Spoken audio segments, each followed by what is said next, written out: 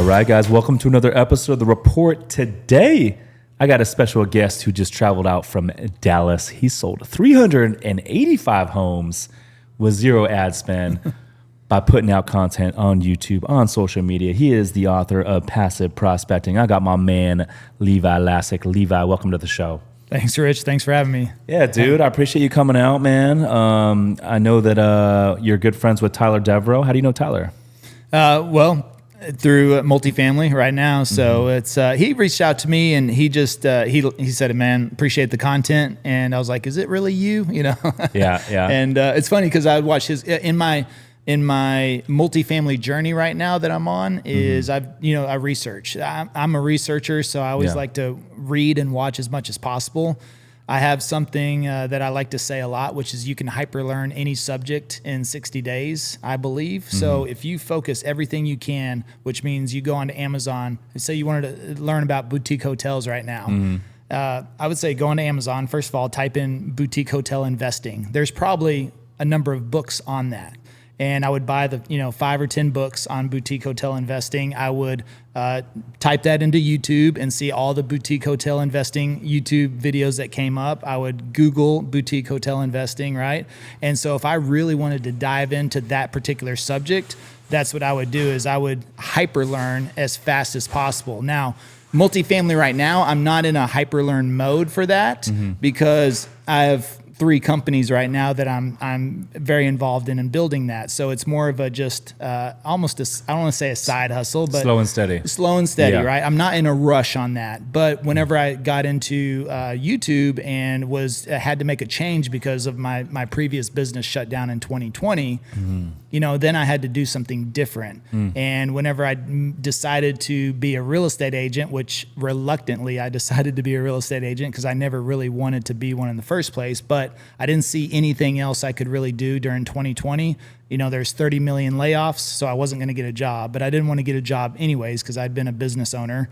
So that wasn't an option. And then what other business do you start in the middle of a shutdown, right? Yep. And real estate was one of the only industries that started to grow. So as I was keeping an eye on things, it's like, okay, real estate's starting to grow, but how do I do that? And so I wanted to figure out a plan, then I would get into real estate versus most people usually get a license or get into real estate and then they try to figure out a plan, which is why they go out of business real quickly, right? Because they do it backwards. So I was just looking for a way to figure out something first before I got into it. And I knew I wanted to attract business.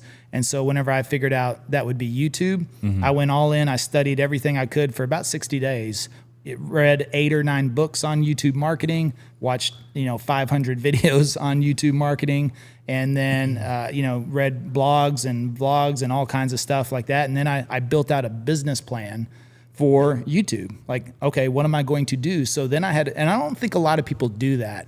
And it wasn't me just saying, oh, I'm going to build a business plan. I didn't say that. It just kind of happened naturally. But I just, as a planner, I guess, and somebody that I didn't want to just fall short or fall flat, and also having friends that are successful real estate agents, that's one thing that really drove me. I was scared to death of being a failure, very quickly as a real estate agent. So I wanted to make sure I had a pretty good solid plan. I knew what I was doing. I wanted to understand YouTube as a platform. And so that's what I was looking for is like, okay, I knew before I started, like how many videos a week do I want to publish? When should I publish? What time should I publish those at? What type of content? Like I had built out 4 months of content to make before ever filming the first video. And then even like filming the first video, I would film the first month's worth of videos before ever publishing. So through all my research and learning, I just built out this plan to say, okay, I've got a good idea because there's plenty of people that teach YouTube. I mean, there's not much new about it. I mean, it's always changing, but you can learn everything you need to know. And it's the same thing with multifamily. How much do you think, like building an audience, whether it's on YouTube or these other social media platforms, how much do you think of it as like having the right plan and strategy and the right, funnel versus just jump in and start posting stuff? And taking action. Yeah. I mean, I think there's something admirable to that. Yeah. But at the same time, I tried that 10 years before, and that's the thing. This is where because 10 years before I was going through this health journey, Sure. and I read this book called Platform. It's an older book by Michael Hyatt that was talking about, getting yourself on a platform like Twitter or Facebook or Instagram or YouTube. And so I was going through this health journey, and I just started making videos. I was like, I'm going to document the journey. But what happened was, after a couple of months, didn't get a lot of traction, didn't know what I was doing, and then you start wondering, what's the point? So yes, there's some people that just take action and start posting, and maybe they see success from that. And I'm not going to discourage that, but at the same time, I think if you build out a plan on anything you're going to do, if you're going to invest in multifamily or boutique hotels, that takes really some planning up front. If you don't just go out there and grab one, if you want to be more likely for success. So I think it is very important. And with the amount of information out there right now, you should have some understanding. But you got to understand the platforms. The platforms are very powerful, and they have, mechanics and algorithms and all these things on the back end. And if you understand that better, it'll help you make content better. And if you build out a plan in the beginning when you don't have traction, I think it keeps you on track, right? Because at least you're following a path, you're following a process. And so when you don't get a lot of views in the beginning, or something doesn't pop off, you're just sticking to the plan. You're working through that. Yeah. So I would say YouTube for us has been the most challenging platform to figure out the algorithm. Instagram, TikTok, we're growing, Facebook as well, but YouTube has been the slowest for us. Yep. And I can say, I haven't done we actually haven't really done any videos strategic to just YouTube. We've only been doing podcasts like the long form, right, putting them on there, and then we've done YouTube shorts, the same ones that we put on TikTok and Instagram, but we don't do any 5, 10, 15-minute videos on specifically how to, or whatever it might be, property tours, anything like that. So what do you think is the 2 or 3 keys to really growing on YouTube? I think search-based content is really number one. Okay. So I looked at your channel, so of course, and I watched videos too. Sure. But the one thing I would recommend too is that you're doing long form content, so just let that long form content be the whole video. I noticed on a couple of videos that you broke off a couple of segments, like into 8-minute videos or something like that.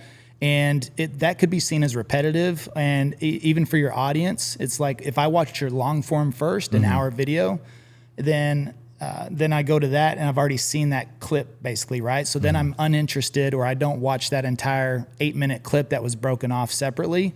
And so of course, if people jump off of that could kill that video very quickly. And so I think if what you're doing, you want to stick to just long form.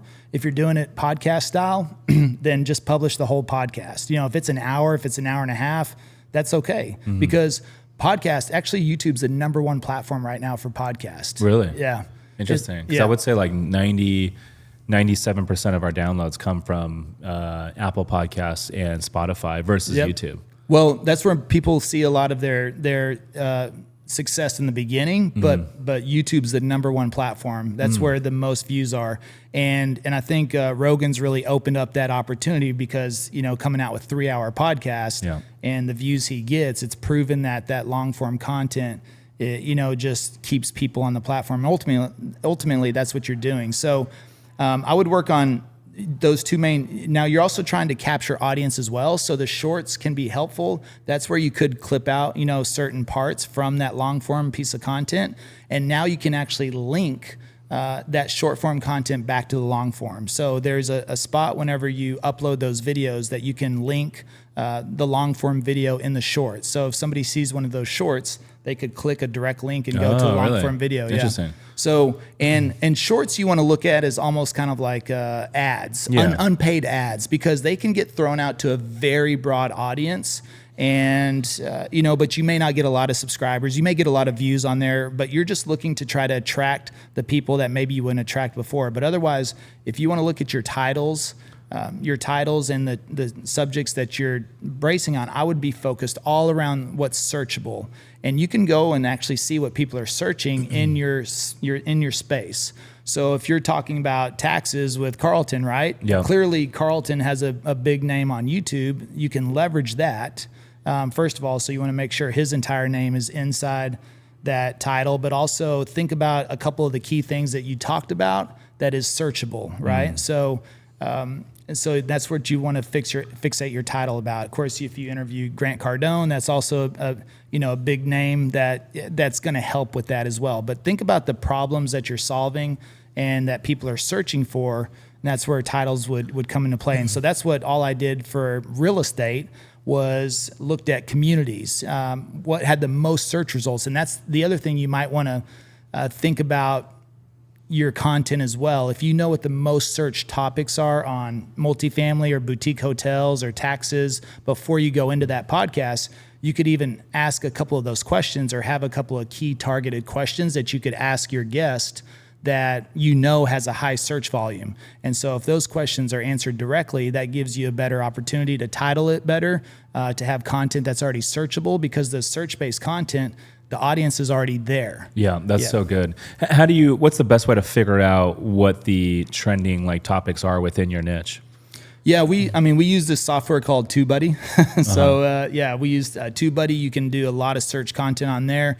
You can search on Google as well. You can look up search results on there, and then also you can you can look at if you're going to have Carlton or someone like that on the podcast, then you could even go to their channel and maybe sort by popular. Right? You could sort their videos by popular and see which topics hit the most on their channels.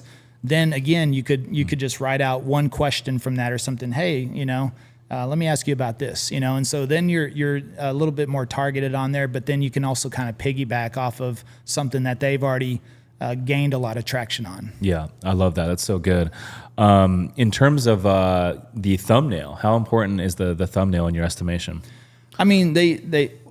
It said if you don't win the click, you don't win the view in the first place, right? So if you don't get somebody to click on it, now we're visual creatures, and your eyes process an image in 0.7 of a second. And YouTube actually counts an impression as if your thumbnail sits on somebody's page longer than 1 second. So YouTube's just giving you 1 second really and they count that as an impression. And if enough people don't click on it, then they're not going to promote it out later. So YouTube likes a click. YouTube likes a click-through rate of 2% plus. So if you look in your analytics and you're not getting 2% plus, then YouTube's probably not going to promote that video because you're not getting the click-through rate, because they're putting it in front of people, but nobody's clicking on it. So thumbnail does matter. Now you got to think about, again, the best thumbnail tells a story without words on it. So if you think about that, it's a billboard, right? It's a miniature billboard. And so if you want to think about it, how do you capture somebody's attention? If you do put words on it, I wouldn't put more than 3 words on it.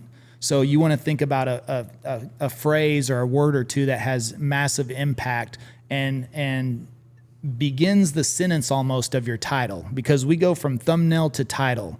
And you think about that, we read left to right. Same thing when you open up YouTube, you're just seeing thumbnails, or if you're on a phone, you see thumbnails on the left side.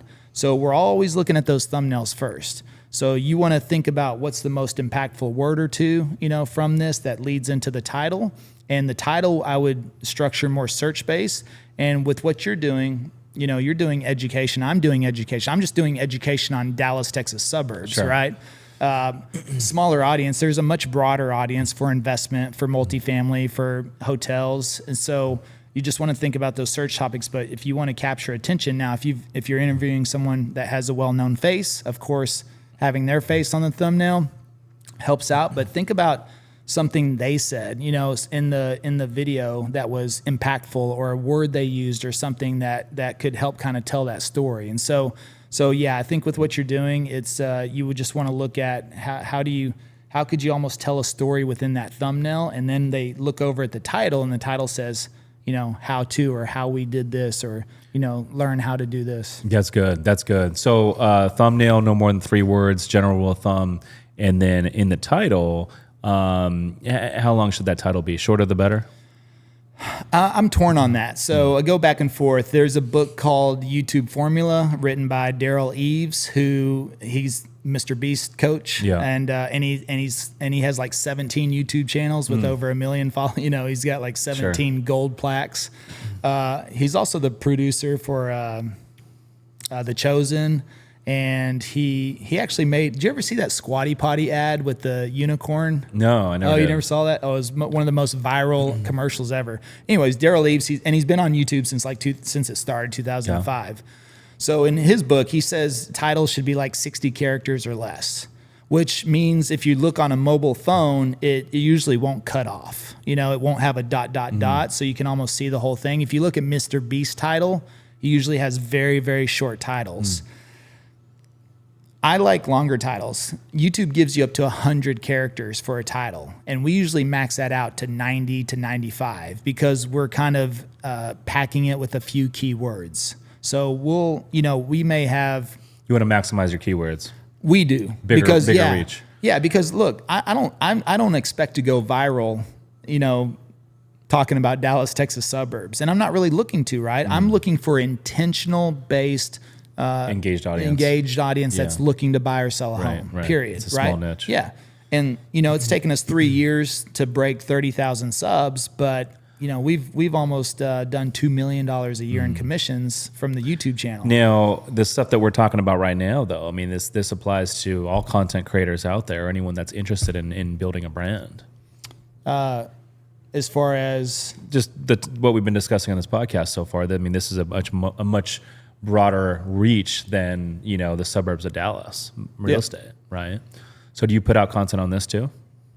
On brand building? Yeah, on YouTube and all that. Well, I have a separate YouTube channel really geared towards. I would say more towards real estate agents right now, but it's called Passive Prospecting. Got it. So that's a separate channel, separate audience. So I don't recommend. I would never put that type of content on my real estate branded channel. Yeah, because it's a mixed message.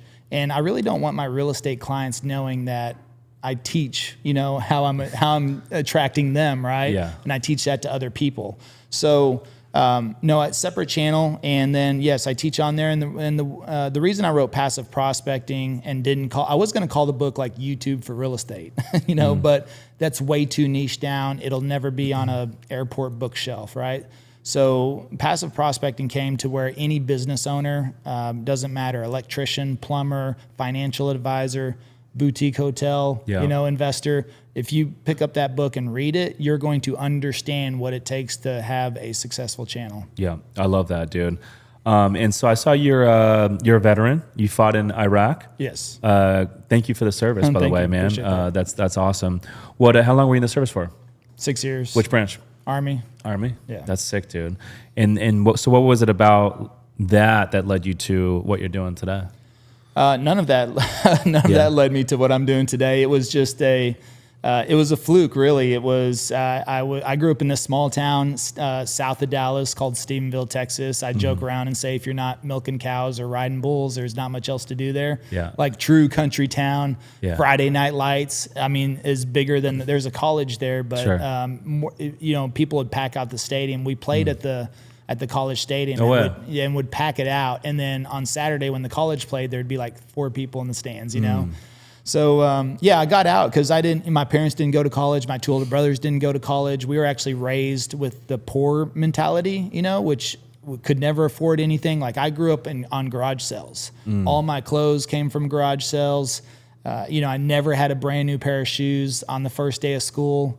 And I didn't feel like I missed out on anything, but I was also taught that we would never afford college. So I worked about a year after high school doing labor jobs, stocking shelves, mopping floors. And I was like, I can't do this for the rest of my life because that's what everybody else in my hometown does. Sure. Right.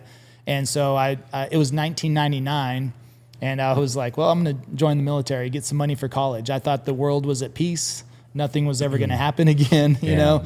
And 2 years later, September 11th happened. Yeah. And then of course, after that, 2004 is whenever I got deployed to Iraq and I spent a year over there. So I would say from that just changed my I was 24 years old when I'm in Iraq. And so I was a sergeant and I ran gun trucks. I was infantry. And when you run gun trucks in a combat zone for 12 months, it just changes your whole perspective. And if you've never been in any type of situation, I look at what's going on in our country right now. Sure.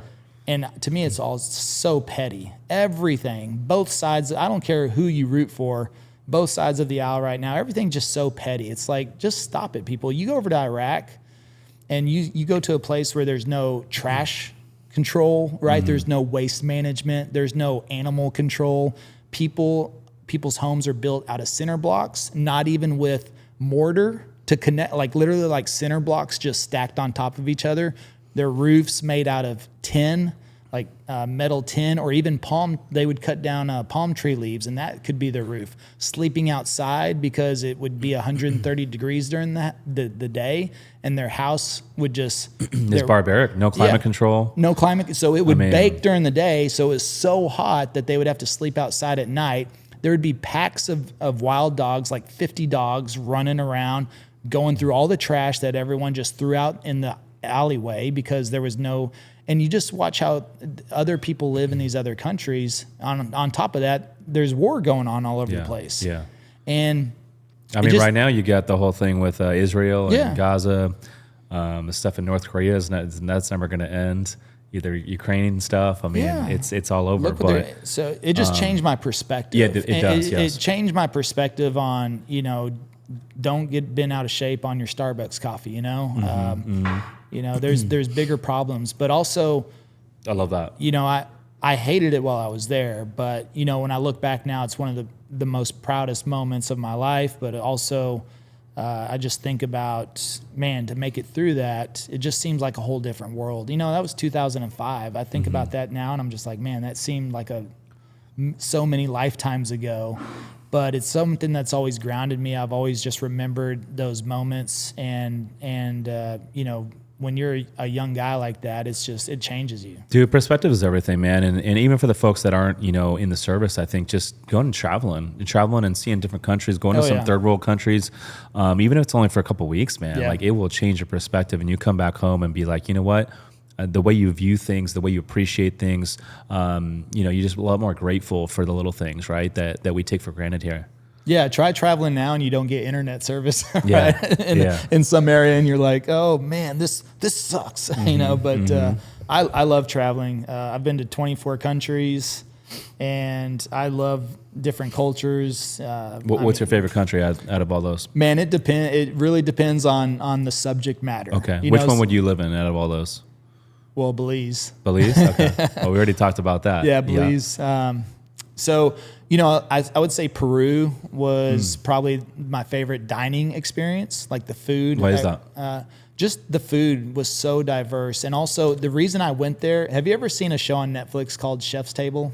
No, I've heard of it though. Okay. Yeah. So I'm not a cooking show guy or anything like that, but I just caught this series. It's very well, and I like it because I learned how chefs are like artists, really. Yeah. So it's a docu-series on the best chefs in the world. So one episode is on one chef for like an hour. We had Brian Malarkey on the podcast recently. Is he on that show?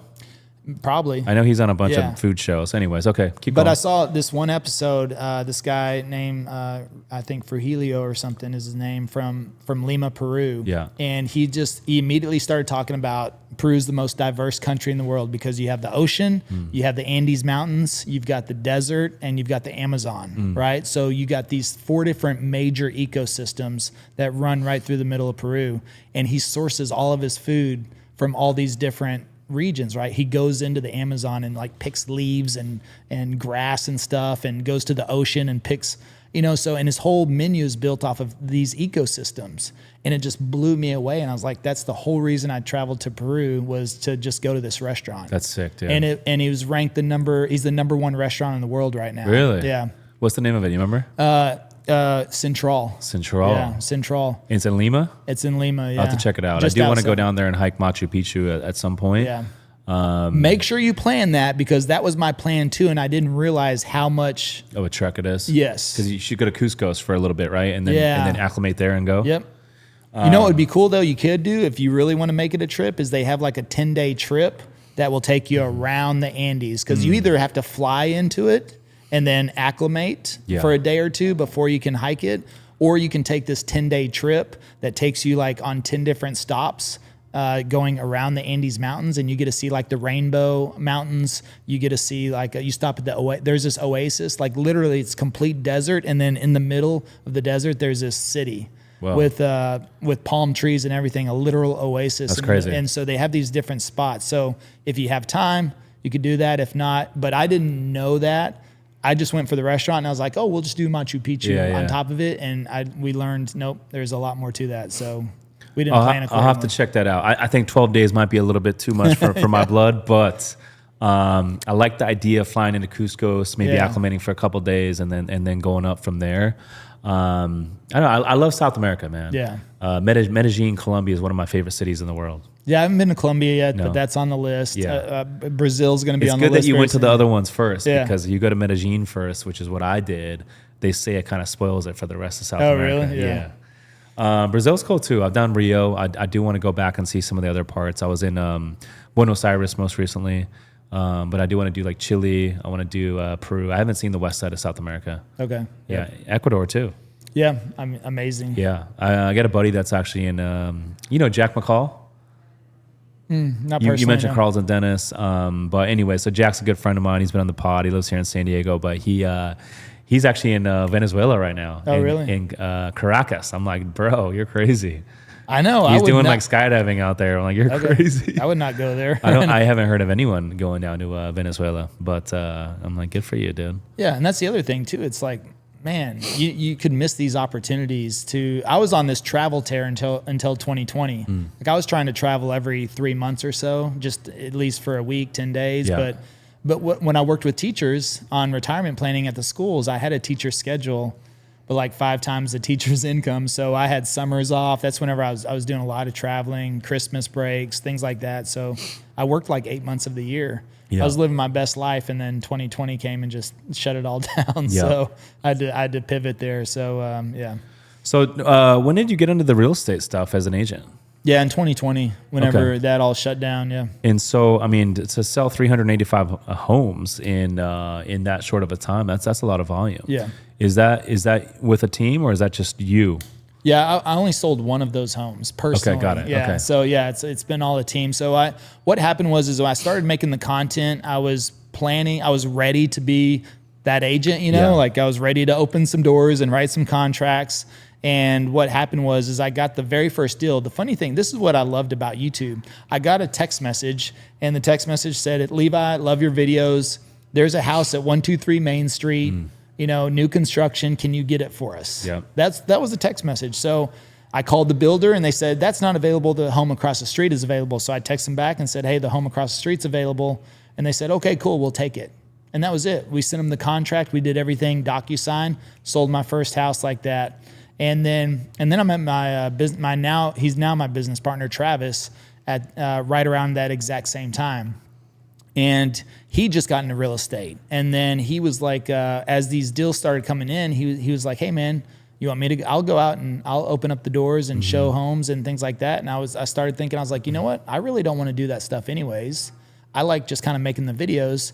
So I was like, yeah, sounds like a good plan. So he started taking the clients out. They would come into town based on my videos, and they'd be like, "Hey, love your videos." And I'd be like, "Well, cool. You're going to meet with Travis. He's going to take you out." And then Travis just started working deals, closing deals. I mean, just started doing it left and right. And then after about 8 or 9 months, we were just blowing and going at that time. And it just made sense to partner up because he didn't want to make videos. And I really didn't want to open doors and write contracts and show homes. So, and it just worked out that way. It wasn't my intention in the beginning, but since then I haven't had to do that. I haven't had to, and now we had to have a team because we've got so many leads. Like in 2022, we averaged 5.5 leads per day from the channel. That's great. And that's organic, warm leads. Yeah. People calling in, 5.5 people a day calling in saying, "I want to work with you." And 2 people can't handle that. So I'm curious because, I put a lot of educational content out on real estate investing, and not just hotels, and not just real estate investing, but wealth and just literally everything. Yeah. Even other stuff, random lifestyle stuff too. But I'm always trying to provide value, and so I think when you do that, it's a lot easier to grow as a content creator when you're providing value. But I see a lot of agents on social media. Who some of which I follow, but a lot of them, they're always selling something. They're selling something, and no one wants to, follow someone that's always pitching something, right? And so, you don't see a lot of growth. And so I guess my question for you is, you've been successful growing a bunch of organic lead funnels through your audience through this YouTube channel as an agent.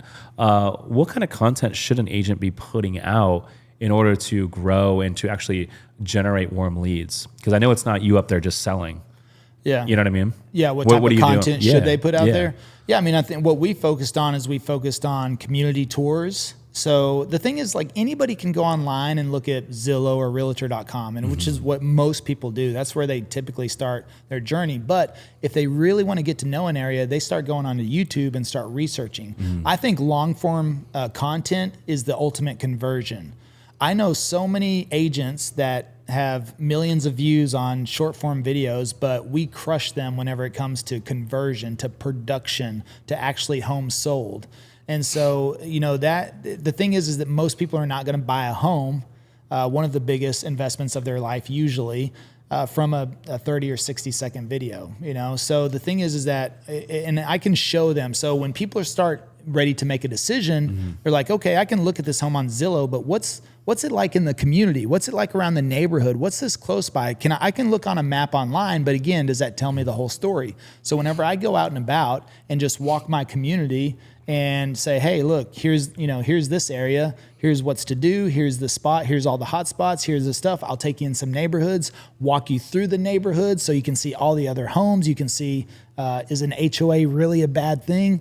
So they get to see that whole, and I may do it, this may be a 30, 45 minute video. And I give them a complete tour. I get on the pros and the cons. Yeah, not pros just and the cons. pros. Yeah, pros and cons. And then even like map videos. This is something that blew me away. Is I would get on Zoom, and share my screen and make a video myself of the Dallas map, or I would zoom into a suburb like Frisco, Texas. And I would just start drawing on the map and saying, okay, here's Frisco. It's 30 minutes to downtown Dallas. And, here's this cool spot. And then I'd zoom in. And so anybody can look at a map of Frisco, Texas, but they don't have my viewpoint, my perspective, my stories, my experience. And that's what I'm sharing with them. So I think I did it as an experiment. And I thought this is going to be really boring, And to most people, it would be a very boring video. But somebody researching, ready to make a move, they'll watch that entire video. It's very interesting to them. So when you're providing value-based content, we actually call that service-based content. That's a chapter in the book, is service versus selfish-based content is exactly what you just described. So on the YouTube channel, we have value-driven, service-based driven statements. So if you look at our banner, like our banner says, subscribe to learn about living in Dallas, Texas. Yeah. You see, that's a service-based statement. That if somebody goes to the channel for the very first time, they know exactly why they should subscribe. Plus it serves them, versus if I put Levi and Travis, top producing real estate agents, here's our phone number, here's our email. It's like, to me, that's like a premature sales pitch. Yeah. I'm like, here's my email and phone number. Call me if you want to buy, sell, or invest. No one wants to be sold. Yeah, exactly, right? But they love shopping with friends, right? So I love that saying, right? Nobody wants to be sold, but they love shopping with friends. So that's what I'm doing, is I'm taking them shopping with me. Yeah. And I take them out and about. They feel like they're walking right beside me, because I literally hold a cell phone on a selfie stick like this, and it's like they're right beside me, and I'm just walking them through the community. So I think service-based content that provides the value up front. Yeah. And sure, you can have a call to action in there, and that's okay, but you've got to provide that value up front. What about like local favorites? Like, these are my top 5 favorite local restaurants in Frisco, Texas. Stuff like that. Yeah, I've not done that. No. And the reason being is because those could go more viral, right? They could, yeah. But again, that's not the audience I'm looking for. And the thing is what I believe, and this is really all theory, right? But I believe that when people are looking for to make a move, they assume they're going to be in an area probably with good restaurants. They're not. They don't really care about the top 5 restaurants in that area. They care about the community, the neighborhood, the school district, the commute, those types of things that apply. I think most people assume there's going to be good barbecue restaurants or nightlife or things like that. So yes, if I made that video, I wouldn't make a long form video. That could be a short form video. It could be a short 60 second or less. But again, if that goes out there, it's probably, even if it goes viral, it's not my target audience. And I've never really looked for views or subs. I've been looking for conversions. So I stick to what I know people are researching. there's not a lot of search volume for the top 5 restaurants in Frisco, Texas. You know, so yes, viral aspect, but I'm not trying for viral. Yeah. Okay. I like that. And I always say, like, in today's age with technology, we got AI, we got social media. And so as an entrepreneur out there, if you're not utilizing the technology to your advantage, it's going to be really challenging for people to compete with someone like yourself or someone like myself. So I say, man, like you almost have to, as an entrepreneur and a real estate investor these days, you have to be putting out content. Yeah. And if you're not, I'm like, well, why are you not? And I always say, like, you know, even if you're not the one that is comfortable being in front of the camera, that's okay. Maybe you partner with someone that can do that. And you had that partnership with Travis, it sounds like. Oh yeah, absolutely. It's funny because he's tall, dark, and handsome, and good looking guy, but he just doesn't like to get on camera, you know. And he does it a lot more now, but in the beginning, I mean, it was a real struggle for him. So it's if you do that, I mean, I think I say this all the time, which is the most visible agent is going to win. It's not the best real estate agent; it's going to be the most visible one. Because I came into the scene, 0 brand, 0 recognition in a market like Dallas where there's top brokerages, top agents, been crushing it. And I just slipped right in there. And you know, here's the thing. The very first phone call I got was in 30 days of the channel. I had 48 subscribers and it was $1 million client. They had $1 million budget. They didn't say, hey, Levi, why do you only have 48 subscribers? Or how come you only have a couple hundred views on your channel? Or how come you've only been making content for 30 days? Or what brokerage are you with? Or how long have you been in business? They didn't know that was my first month in the business. They said, Levi, that video you made on that particular neighborhood is the neighborhood we want to move to. We found a lot of value in that video, and so we thought, why not just give you a call? That's so good. Yeah, and so I looked like the expert from the content I made. Now, here's the thing. Also, I didn't make content trying to be the expert. I made content on what I didn't know how to be an agent. I didn't know how to be, I wasn't a top producer. I wasn't, hey, I've sold 5,000 homes in the last, I wasn't that person. You're not trying to flex on them. Yeah. But guess what? I've lived in Dallas for 20 plus years. So I know Dallas. I've been through all the neighborhoods, right? I've got friends that live over there, family that lives over there. I've, partied in that neighborhood. I've worked in that neighborhood or whatever growing. So I've been through every aspect of Dallas. So I stuck with what I knew, which was Dallas. And that's what I made the subject around and talking about it. And that's what attracted people. And they assumed I'd been in the business for years and years and years. They never knew that I had just started and was just doing that. So I mean, that definitely worked out. What do you tell the agent out there that knows they need to be putting out the content, but maybe they never get around to it, or they don't feel confident enough doing it? Well, there's 2 different things there. So confidence or getting around to it. First of all, if you say I don't have time to make content, I would say that's exactly why you should make content, because your time is not leveraged if you can't even make a 20 or 30 minute video once or twice a week. I mean, really, how bad is that, right? So, but the thing is that I don't think there's a better return than making video as far as anything else. It's actually, that's another chapter in the book, is YouTube does not take time. It makes you time. Not only does it make you time, it compounds your time. So when you look at the back end analytics, like of our channel, like last year is watched 104,600 hours. Well, if you divide that by 24 hours in a day, that's equivalent to almost 12 years worth of prospecting. So the thing is I also didn't make 104,000 hours worth of video. If I make a video and it takes me 30 minutes to make that video, like this podcast will take us an hour to make. Let's say we go for an hour. It took an hour of your time. As soon as it's watched 1 hour and 1 minute, you've profited 1 minute of your time. More output than input. Yes. Leverage. And now if it's watched 11,600 hours, once you hit that point, that's equivalent to 1.34 years. So this 1 hour we spent together, if it's watched 11,000 hours, that's giving you 1.3 years worth of prospecting. Yeah, in my opinion. That's so good. That's a compound effect. I'll give you another example. So on my Instagram, this is Instagram only. In the last 30 days, we've reached 2.8 million accounts. Yeah. Wow. So think about if there was no social media and I was going to go have lunch or coffee with one person at a time and have conversations about what I'm doing in the real estate space, how many people could I have coffee with or lunch with in 30 days? Probably maybe on the best case scenario, 200, maybe 300. Think about that. So 2.8 million in 30 days because I'm pushing out content on social media versus the handshake model, which was, pre-social media. It's crazy to think about. Absolutely. And I know, because I just looked at it, the channel for the last 3 years, remember whenever I talked about impressions earlier, YouTube counts an impression whenever they have your thumbnail. If somebody's just scrolling with their thumb and blows by it, they don't count that. But if somebody opens up their desktop or their computer or their phone and that thumbnail sits there for 1 second, that's an impression. In the last 3 years, YouTube has given us 40.3 million impressions for free. Like, we haven't paid a single penny to push that out there. That's like putting our thumbnail in front of 40 million plus people in the last 3 years. Where else could we ever get that reach at no charge? And that's why I love YouTube. YouTube is the most content creator friendly platform, in my opinion. They want to promote your videos. That's good to know, because that's the one we got to figure out.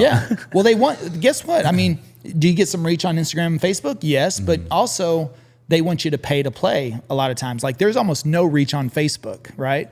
Instagram, it's like back and forth. Instagram doesn't even know who they are right now. Every single week, it seems like you've got to do something different to please the algorithm. Like, all of a sudden you had to do these carousels. Now you got to do a photo and see, I think Instagram's relatively easy. Oh yeah, okay, all right. You think YouTube's easy. I think it's hard. Yeah. And you think Instagram's difficult. I think it's pretty easy. Yeah. So maybe we need to swap information or something. Yeah, probably so. Yeah. That's good stuff. I think TikTok, we should have gotten TikTok sooner, but I realized TikTok's very sensitive. So if you put a good piece out there, it will go right away. Yeah. And reach a lot of new audiences. But so many haters on TikTok though. Yeah. I don't know if I've ever gotten a positive comment on TikTok. It's just everyone's like, you're stupid. One thing I find interesting about the demographic of the listeners or the viewers on these different platforms is, like, you got TikTok, Instagram, Facebook, YouTube, and then you got podcasts like this, different platforms that you can listen on. But I would say, out of all these different platforms, I would say the podcast is the most sophisticated and probably the highest net worth audience. And then also you're gaining a lot of trust because they're listening to hours and hours. And then I would say probably YouTube's right behind it, maybe. And then I would say at the bottom is probably TikTok because it's the youngest. So it's kind of interesting. But to your point, you said it's hard to build trust with a 30-second TikTok or a 45-second reel. But you get people to go listen to your podcast or your long format, maybe your YouTube, and then that's where you really build the trust. Yeah. Well, the video builds the relationship for you. What do you mean by that? That means that the more people watch, the longer they watch content, the more the relationship gets embedded. So that's why when people call us, they've already made a decision they want to work with us, right? Because it's all inbound. Right. I don't know these people exist until they call us. But whenever they call us, they're like, Levi, I love your videos. There's so much value. Thank you. We want to buy a home. These investors, when I started making multifamily videos, would call and say, Levi, that video is so informational. I would trust you with my money. And all they've done is watch video. It's why celebrities, it's why shows like Friends and Seinfeld are so popular, because, and if you've ever had a show that here's the thing, I'm providing information, and even if people don't like me, if the information is good or giving them what they need, they'll continue to watch, and guess what? That relationship will develop over time. Because if you know this, because anybody with a spouse, right? Because the spouse, let's just say the missus starts watching Real Housewives, and the guy's always like, that's the stupidest show in the world. I would never watch that, and then 3 episodes later, they're walking by and they're like, what did that person say? And then they watch for 5 minutes, right? And then by the end of the season, they're like watching a full episode, and then the next thing you know, they're going, "Hey, when's the next season coming out?" Right? And that's the thing, is like, you could even, if you get caught up in the drama, so to speak. But also, you look at these shows like Friends. It's 6 different people on there. Why? 6 different personalities. They're casting a wide net to relate to people. So that's why it became such a big hit. because everybody felt like they related to one of the characters. And then they started to really dial in because of that character. So I'm capturing people that are researching. They're not looking for a personality. They're not looking for, a showman. They're not looking for an entertainer, but they're looking for the information. But at the same token, I think it does help if you can be more relatable. Oh, sure. Even with absolutely. the stuff you're doing, right? Oh, yeah. Because you're dry, vanilla, boring, and not exciting, you probably have a less likelihood of a chance for someone to continue watching versus the other person that is a little bit more engaging when they're presenting the same information. Well, you'll actually probably attract the dry, boring people out there, right? So that's true. Like attracts like. Yeah. So that's the thing is yes, because I've seen a few YouTube channels out there that seem boring to me, but could have a lot of views or subscribers or look like they get a lot of traction, especially real estate agents. Real estate agents are usually one or the other, either really good personalities or kind of, dry and boring. So, but that's the other thing is like all the clients that come to us are fun to work with because they're pretty much like us as well. Because like attracts like. People relate to certain personalities. And that's why I say to people when they're like, well, should I start a channel? Because there's so many other real estate agents that have channels. And I'm going, wait a second, there's like 3 people in your area. Yeah. That's not saturated, right? Well, it's almost like, dude, you almost have to compete these days. Yeah. Well, you have to. Like, what else? You're going to compete on anything you do. Cold calling, door knocking. You think nobody else is cold calling and door knocking or sending out postcards? Of course they are. So, for me, think about it. I always relate it to HGTV. Does HGTV every year say, I think we have enough real estate shows, let's not come out with a new one, or do they come out with a new real estate show every single year? New one every year, man. Let's rip them. And you know why? It's the same thing. They're all flipping shows, right? They're all, renovation shows, but different couple, different town, single person, different town, married couple, whatever the case may be. Some argues a lot, others get along. So they're putting all these personalities out there because they're trying to capture a wider audience. Speaking of HGTV, I've had Tariq El Moussa from Flipper Flop on this show. He was episode number 2. Nice. He actually reached out to me on Instagram not too long ago. He's like, hey, dude. He's like, what are your thoughts on partnering on a boutique hotel? He's like, we'll put a bunch of media behind it. Yeah. And I thought, maybe that'd be a good idea. It'd be interesting. Yeah. He's doing a lot of multifamily stuff, little self-storage. I'm like, boutique hotel, like renovating an old tired hotel and making it nice again, I think would resonate even more with his kind of like flipping audience than the self-storage stuff. So I don't know. That was interesting, intriguing. But dude, I don't know if I want to go on TV, man. From what I hear, the folks that I know that have done these shows, and they're like, it's 12 hours every single day recording, no cell phone, just like you don't have a life. And I don't think I'm interested in that, to be honest. I filmed with HGTV. You have? Yeah. Yeah. And we did one episode for House Hunters. Yeah. And they reached out to us because of the channel. So, and that's a 30-minute show. And how long was the filming for that? Not really supposed to. I'll tell you offline. I'm not supposed to talk about it, but I'll tell you offline. Okay. But I also just did a segment with our local news channel, which was pretty cool. And that was super easy because the news anchor that reached out to me, she's the anchor for like Good Morning Dallas, like Good Morning America, but it's for Dallas. So it gets 1 million viewers every morning. Wow. And she reached out because of the YouTube channel, right? And she's like, I'd love to do a segment on North Dallas and everything like that. I was like, cool. We knocked that out within 2 hours.